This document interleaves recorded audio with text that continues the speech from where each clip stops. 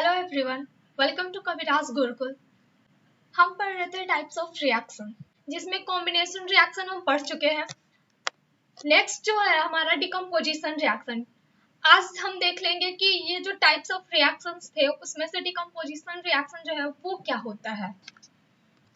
ये combination reaction का just opposite होता है। कॉम्बिनेशन रिएक्शन में हम देखे थे कि दो रिएक्टेंट मिलकर एक प्रोडक्ट का फॉर्म कर रहे थे।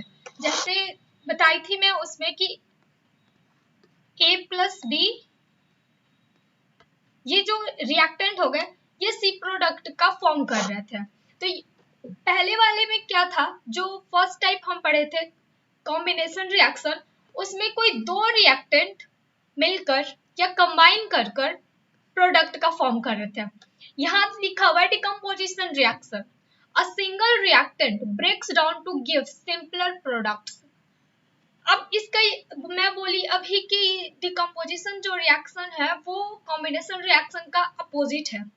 यदि ये एरो जो मैं सी के तरफ फॉरवर्ड डायरेक्शन में की हूँ, यदि इसको मैं ऐसे बैकवर्ड डायरेक्शन में कर दूं, कहने का सेंस इतना है, कोई एक रिएक्टेंट है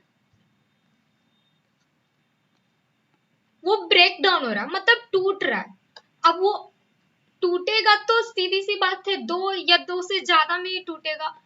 यदि एक के बाद एक ही फॉर्म हो रहा है, कोई ए है उसके बाद ए डैश, सिर्फ एक ही प्रोडक्ट फॉर्म हो, तो इसको डिकम्पोजिशन रिएक्शन नहीं बोलेंगे। डिकम्पोजिशन कब होगा, कह रहे हैं कि एक कोई रिएक्टेंट है जो ब्रेक डाउन हो रहा है सिंपलर प्रोडक्ट्स में, मतलब एक रिएक्टेंट हो और प्रोडक्ट दो या दो से ज्यादा हो सकते हैं। तो ए जो है ए जो रिएक्टेंट है वो कन्वर्ट हो रहा है बी और सी में। ये हो गया डिकम्पोजिशन।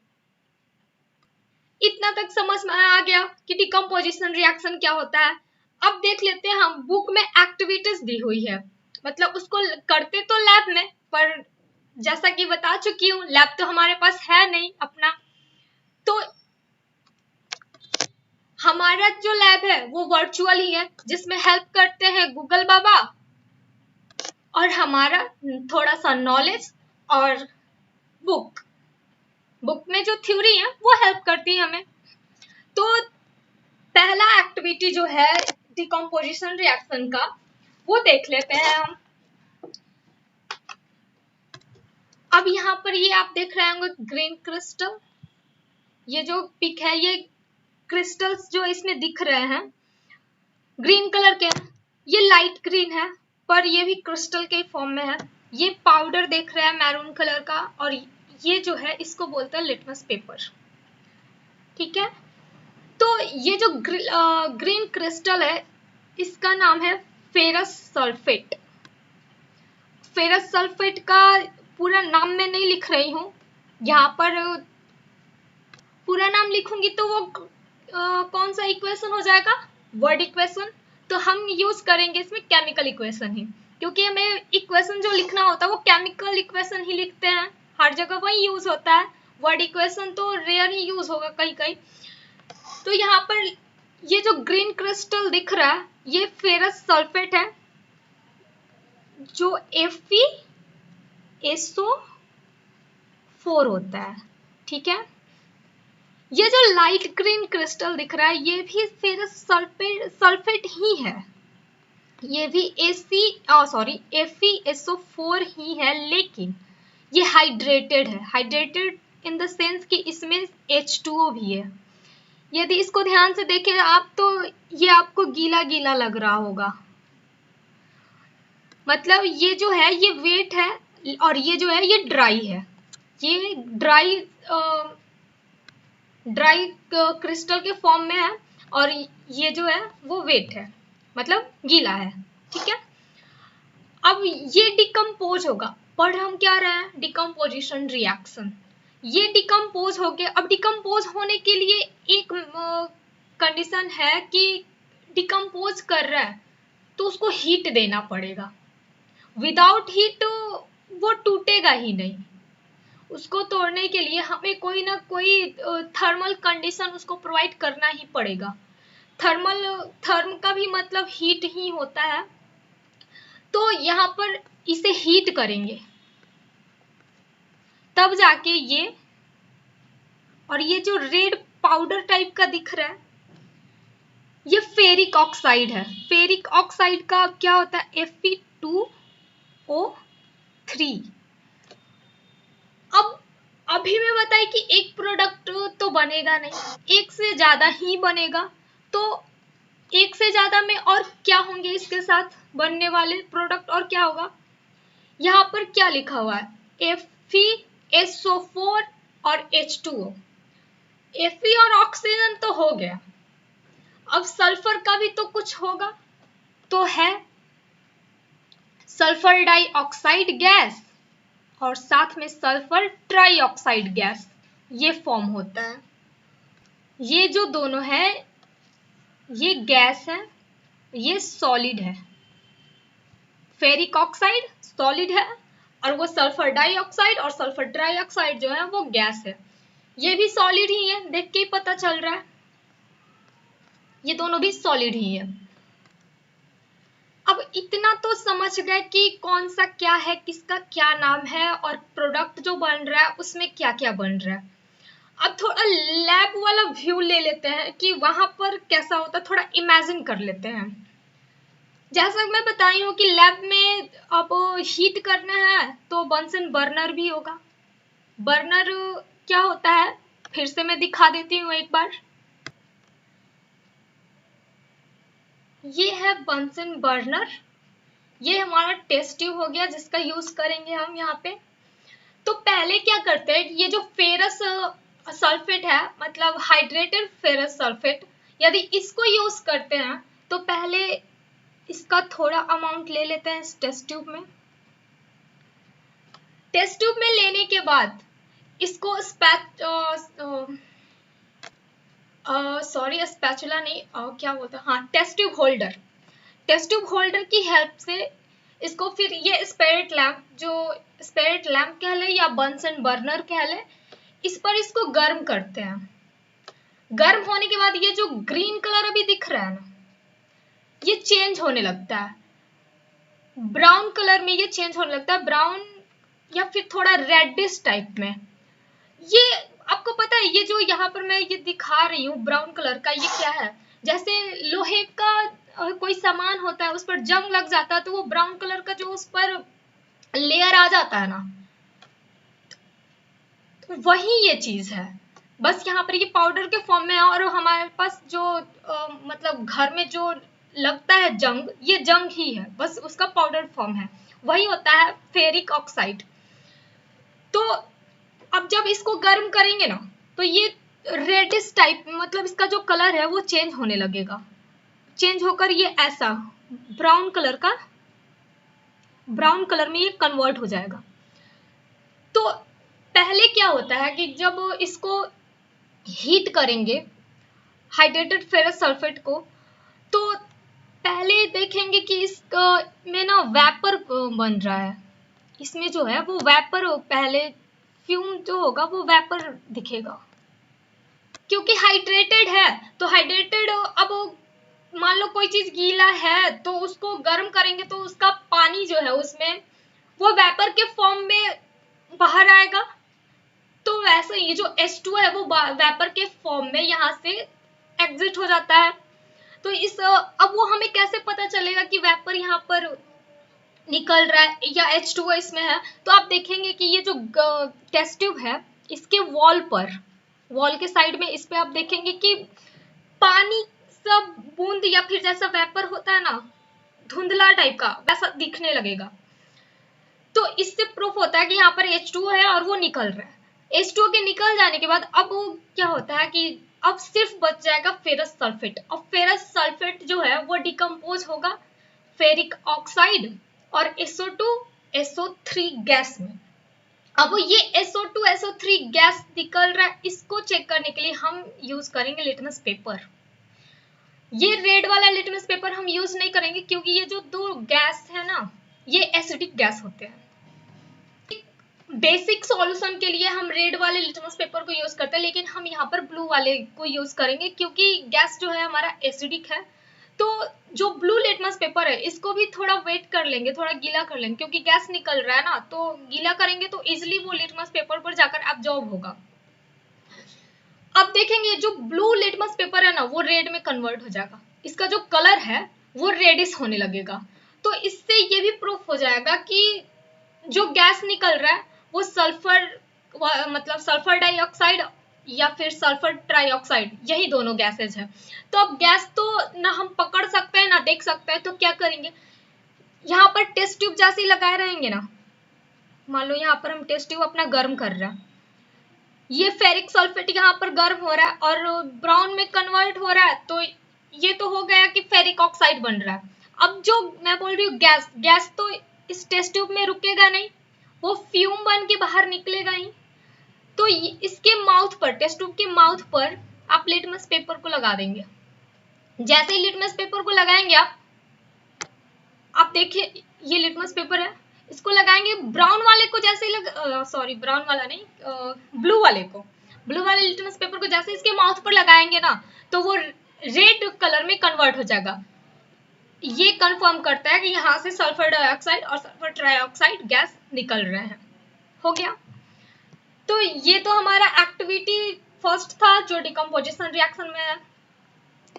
एक नेक्स्ट जो है हमारे पास वो है कैल्शियम कार्बोनेट का। जैसे कॉम्बिनेशन रिएक्शन में मैं बताई थी कि कैल्शियम ऑक्साइड जो है वो वाटर के साथ कंबाइन करके कैल्शियम हाइड्रोक्साइड बनाता है, जो मैं वो बताई थी ना कि घर को पेंट किया जाता था पहले चूना का यूज करके, वही वाला। फिर उसके बाद एक और नेक्स्ट मैं बताई थी कि जो कैल्शियम हाइड्रोक्साइड है वो CO2 से कम, मतलब जो एटमॉस्फेयर में CO2 होता है उससे रिएक्ट करके कैल्शियम कार्बोनेट बना लेता है। तो ये जो यहाँ पर दिख रहा है ये कैल्शियम कार्बोनेट है, CO3। कैल्शियम कार्बोनेट का यही होता है, और कैल्शियम कार्बोनेट सॉलिड, इसका स्टेट, फिजिकल स्टेट क्या है, सॉलिड है। ये कन्वर्ट होता है कैल्शियम ऑक्साइड में। ये जो यहाँ दिख रहा है ये कैल्शियम ऑक्साइड है। इतने दूर जो है ये जो हाँ ठीक है, ये स्टोन है उसका, और ये भी यही है बस पाउडर फॉर्म में है। ये जो है ये यहाँ पर पाउडर फॉर्म में है और ये स्टोन के फॉर्म में है। सेम थिंग ही है, दोनों सेम चीज ही है। अब यहाँ पर अब आप बोलेंगे कि एक से एक ही बन रहा है, एक ही नहीं बनता। यहाँ पर साथ में आप लिख लो CO2 गैस, ठीक है। इसके साथ साथ ये CO2 गैस भी निकलता है यहाँ से। ये तो सॉलिड ही है, जो यहाँ पर ये कैल्शियम ऑक्साइड है ये तो सॉलिड ही है, कैल्शियम ऑक्साइड CaO, ठीक है। अब ये कैसे होता है, इसका भी बस सिंपल वही वाला है। इसको टेस्ट ट्यूब में लेंगे, कैल्शियम कार्बोनेट जो है इसको टेस्ट ट्यूब में लेंगे, हीट करेंगे, हीट करने के बाद कन्वर्ट हो जाएगा कैल्शियम ऑक्साइड में और ये CO2 गैस। अब CO2 गैस ही निकल रहा है, इसको कैसे हम कंफर्म करेंगे, तो मोमबत्ती जलाइए और उसके पास लेके जाइए। मोमबत्ती कैंडल जला, जैसे ही आप कैंडल जला के उसके ये टेस्ट ट्यूब के माउथ पर लेके जाएंगे ना, यहाँ से तो CO2 निकलते जा रहा है। जब वो ये कैल्शियम कार्बोनेट यहाँ पर रहेगा ये वाला और हीट करेंगे तो क्या मैं बताई, ये सॉलिड है, ये तो इसी के बेस में ही रह जाएगा टेस्ट ट्यूब के। लेकिन ये जो CO2 गैस है ये तो फ्यूम बन के ऊपर उड़ेगा। अब जलता हुआ कैंडल जैसे ही आप इसके पास लेके आएंगे, अब कोई भी चीज जल रहा है, मोमबत्ती, अब उसके पास कार्बन डाइऑक्साइड आएगा तो क्या करेगा, बुझ जाएगा। कैंडल जो जल रहा है वो बुझ जाएगा, खत्म। तो ये हो गया confirmatory test of CO2। CO2 का भी हम लगा लिए पता। अब नेक्स्ट एक्टिविटी जो दिया हुआ है वो दिया है लेड नाइट्रेट के साथ। अब लेड नाइट्रेट में क्या करेंगे, ये जो यहाँ पर पिक है, ये जो यहाँ पर पिक है, ये लेड नाइट्रेट है, Pb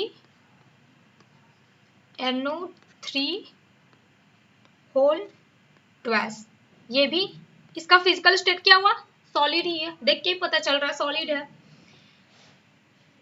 ये जब डिकम्पोज होगा ना, डिकम्पोज मतलब हीट देना पड़ेगा, इसको भी पहले गर्म करेंगे तब जाके डिकम्पोज होगा।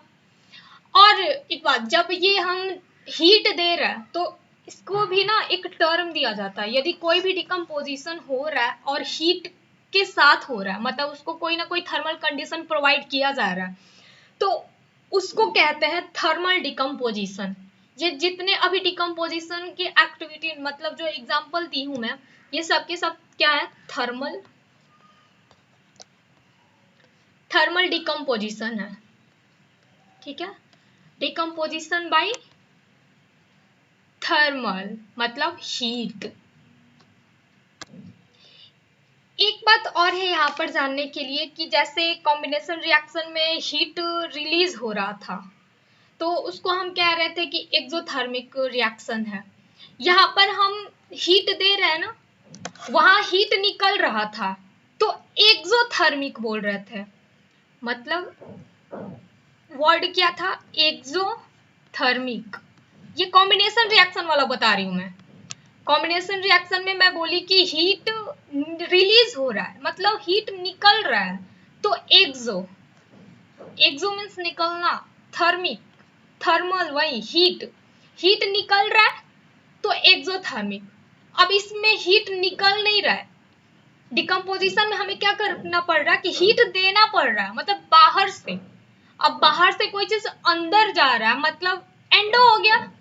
जो ये एक्सो था, कॉम्बिनेशन वाला में एक्सोथर्मिक था, और हीट जब हमें देना पड़ रहा है तो ये हो गया एंडोथर्मिक रिएक्शन। बात समझ में आई? अभी जो डिकम्पोजिशन रिएक्शन हम पढ़ रहे हैं वो होगा एंडोथर्मिक रिएक्शन। हो गया, बस ये जो दो टर्म थे ये बताने थे। अब चलते हैं अपने ये लेड नाइट्रेट के डिकम्पोजिशन पर कि वो क्या क्या बना रहा है। अब ये जो यहाँ पर ब्राउन कलर का प्रोडक्ट जो हमें दिख रहा है, ये है लेड ऑक्साइड,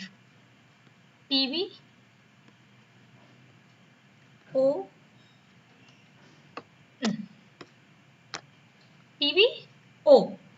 ठीक है, इसके साथ में जो कि कुछ और भी प्रोडक्ट होंगे ना, तो इसके साथ साथ और जो प्रोडक्ट है वो है NO2 और है O2। अब O2 तो गैस है, इतना तो दिमाग में फिट हो गया होगा। अब NO2 जो है वो भी गैस ही है, नाइट्रोजन डाइऑक्साइड। ठीक है, ये जो है ये भी गैस है, ऑक्सीजन भी गैस है, लेकिन ये जो लेड ऑक्साइड है ये सॉलिड है। इसको भी समझ लेते हैं कि कैसे करते हैं। सेम वही प्रोसीजर, पहले टेस्ट ट्यूब में लेंगे, टेस्ट ट्यूब में लेड नाइट्रेट को लेंगे, उसके बाद इसको टेस्ट ट्यूब होल्डर से पकड़ लेंगे। टेस्ट ट्यूब होल्डर मतलब कि इसको पकड़ने के लिए, अब मान लो हीट करेंगे, टेस्ट ट्यूब गर्म हो गया, हाथ से पकड़े रहेंगे, हाथ तो जल जाएगा, इसलिए टेस्ट ट्यूब होल्डर की हेल्प से इसको पकड़ते हैं। उसके बाद इसको गर्म करेंगे। गर्म कहाँ करेंगे, या तो स्पिरिट लैंप पर या फिर बर्नर पर। हीट करने के बाद आप देखेंगे कि जो टेस्ट ट्यूब है ना, ये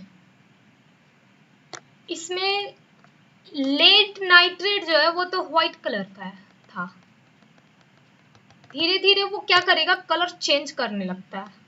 कलर चेंज करेगा तो यहाँ पर आप बोलेंगे कलर चेंज करेगा, तो ये है लेड ऑक्साइड जो है, आप ब्राउन दिख रहा है, झट से बोलेंगे यहाँ पर ब्राउन कलर में कन्वर्ट हो जाएगा। ब्राउन कलर तो नीचे रहेगा ही रहेगा, लेकिन अभी मैं बताइए कि ये जो है ना ये सॉलिड होता है। सॉलिड तो ऊपर उड़ेगा नहीं, लेकिन इसके साथ जो सामने आप देखेंगे ना, तो सामने क्या होता है ना कि ये जो ब्राउन कलर है वो उड़ता भी है। इसके टेस्ट ट्यूब के ये ऊपर तक वॉल पर ना ब्राउन कलर का आ जाता है। तो वो ब्राउन फ्यूम जो निकलता है ना, तो अब बोलेंगे कि सॉलिड तो कभी बाहर निकलता नहीं है, तो ये फिर सॉलिड इतने दूर ही रहना चाहिए था, ये ऊपर कहाँ से आ गया? ये जो फ्यूम है ना, ये इस लेड ऑक्साइड का नहीं है। लेड ऑक्साइड सही बात है बॉटम में ही रहेगा, ऊपर नहीं जाएगा क्योंकि वो सॉलिड है। अब ये ब्राउन कलर जो ऊपर उड़ के जा रहा है, अब वो क्या चीज है? तो नेक्स्ट प्रोडक्ट की तरफ यदि ध्यान दे तो एक यहाँ पर नाइट्रोजन डाइऑक्साइड भी तो है जो गैस है। अब गैस ही ऊपर उड़ेगा तो ये जो ब्राउन कलर का फ्यूम निकलेगा वो NO2 गैस होता है। कभी भी जब इसको हीट करते हैं ना, मतलब कोई भी कंपाउंड लेकर टेस्ट ट्यूब में अगर हीट कर रहा है तो कभी भी अपना नाक या फिर अपना चेहरा, फेस उसके डिट्टो सामने नहीं रखना चाहिए। ये जो NO2 गैस है ना वो टॉक्सिक होता है। टॉक्सिक मतलब जहरीला, गया अंदर तो फिर अगर जहरीला कोई भी चीज है तो अंदर जाएगा तो क्या करेगा? अब बात तो समझ में आ ही रही होगी, जहर खाने के बाद क्या होता है? बस अगर जिंदा बचे डॉक्टर के पास गए तो जिंदा बचे, नहीं तो अगर ज्यादा मात्रा में गया फिर तो गए।